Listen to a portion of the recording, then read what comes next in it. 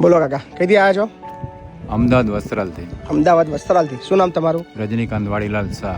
રજનીકાંત વાડીલાલ શાહ. શાહ છો? હા, વાણિયા. વસ્ત્રાલ ગામમાં ઘર આવ્યું તમારું? વસ્ત્રાલ ગામની અંદર નહીં, તો વસ્ત્રાલ આરટીઓ રોડ ઉપર. કેટલી ઉંમર કેટલી તમારી? મારી 69. 69. કોણ છે તમારા ઘરમાં? મારો બાબુ અને વહુ ને એના બે નાના છોકરા. બાબુ બી છે તમારો? શું નામ બાબાનું? જિગ્નેશ. જિગ્નેશભાઈ. શું કરે છે જિગ્નેશભાઈ? એ ફાઇનાન્સમાં છે. ફાઇનાન્સમાં નોકરી કરે છે. નોકરી કરે. તો ક્યાં રહેતા હતા તલકીન તમે?